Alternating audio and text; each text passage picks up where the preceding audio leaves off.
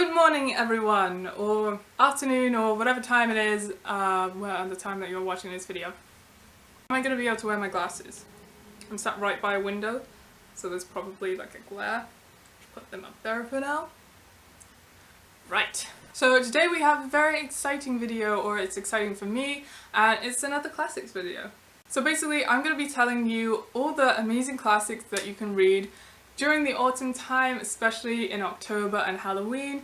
They are more towards the creepy, eerie side because that's what I like personally, but if you don't want to do that, read that kind of books, but you still want to read classics, you can join in Victober, which is reading Victorian literature all the way through October, and I'll leave the links for that readathon down below. So we all know the kind of standard classic spooky books, which are things like Frankenstein and Dr. Jekyll and Mr. Hyde, and of course Dracula. How amazing is this? Just look at that.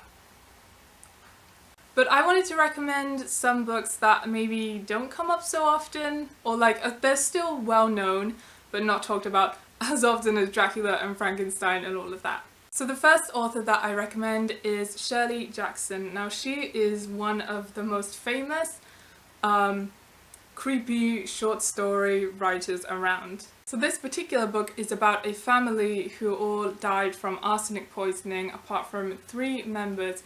So 2 female members, after moving out of the family house, moved back in, much to the disgust of the neighbours who think maybe some foul play went on with these family members.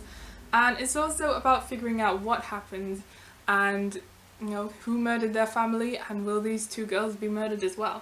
So another one of her scary stories is The Lottery, which focuses on a town which, is all normal, it's just nothing creepy going on, but then there is definitely a very, very creepy underlayer of the story, and it's just a really, really fantastic, and it's awesome if you just want a really, really quick, creepy read. Next we have my personal favourite, which is Edgar Allan Poe. Now, just for a second, look at these editions. Are they not the most beautiful books you've ever seen? I kind of feel like maybe I should just collect Edgar Allan Poe books because look how beautiful they are. So Edgar Allan Poe has an awful lot of creepy stories, but I will be telling you my favourite ones. So the first is The Telltale Heart, which is about a murderer, and he is trying to convince the reader of his sanity while he's telling you how he murdered his victim. So obviously it's not going to be very believable, but it's really, really awesome, and it's very psychological, and I love it. Then there is The Mask of the Red Death, which is about a plague called the Red Death.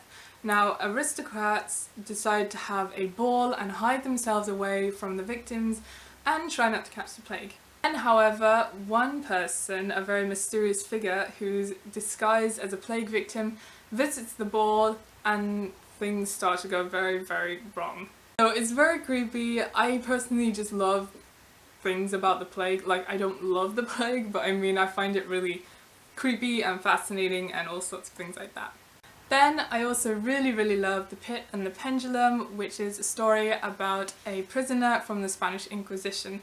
So the story focuses on the torture of this prisoner, which sounds very grim, and it is, but Edgar Allan Poe focuses a lot on the senses, and it's so well done. It just makes you want to cringe and curl up in a ball, and you never want to be in that situation. It's very, very well done. I love it. It's one of my favourites. Next up we have Algernon Blackwood. Now, The Willows is supposedly one of the creepiest novellas ever been written.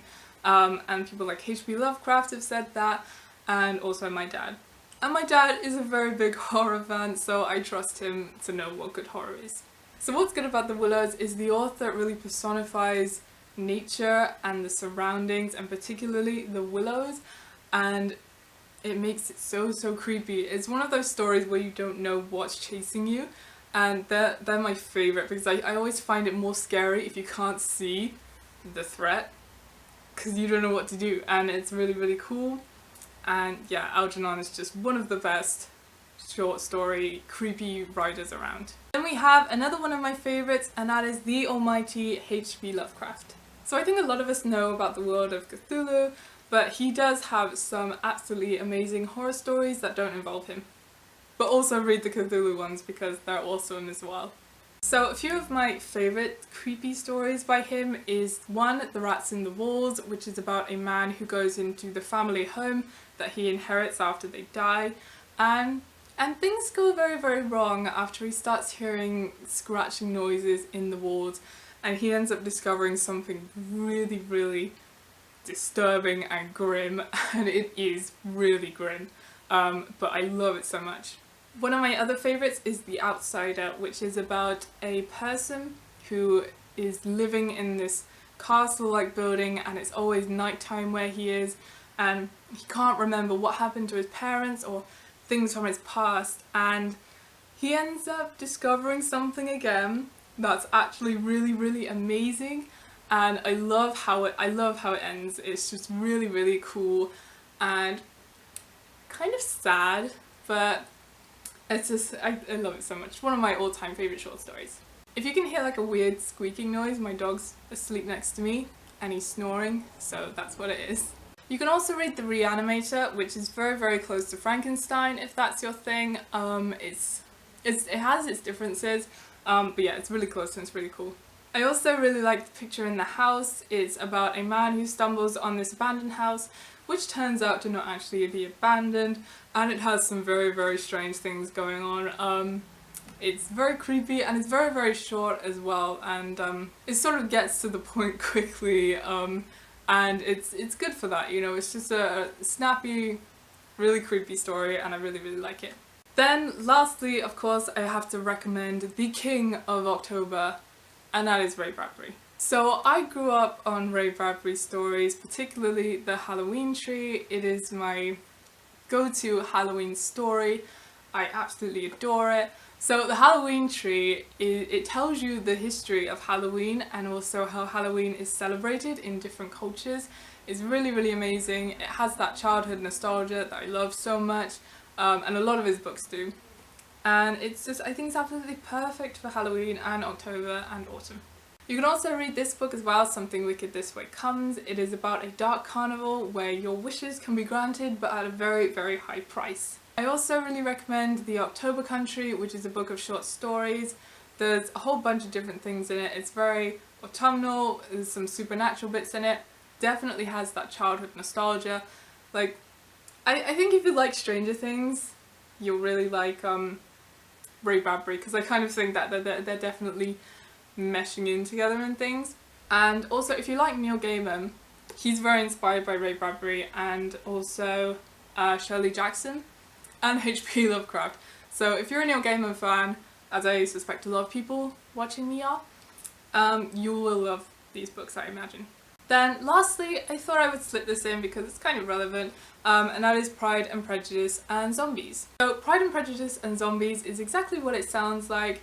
It is zombies in the Regency period. It's very close to the original story, and I think the way that they meshed in these flesh-eating monsters, they've done it really well. It's very entertaining and fun, and yeah, I think if you're a fan of Pride and Prejudice, you'll find it very entertaining.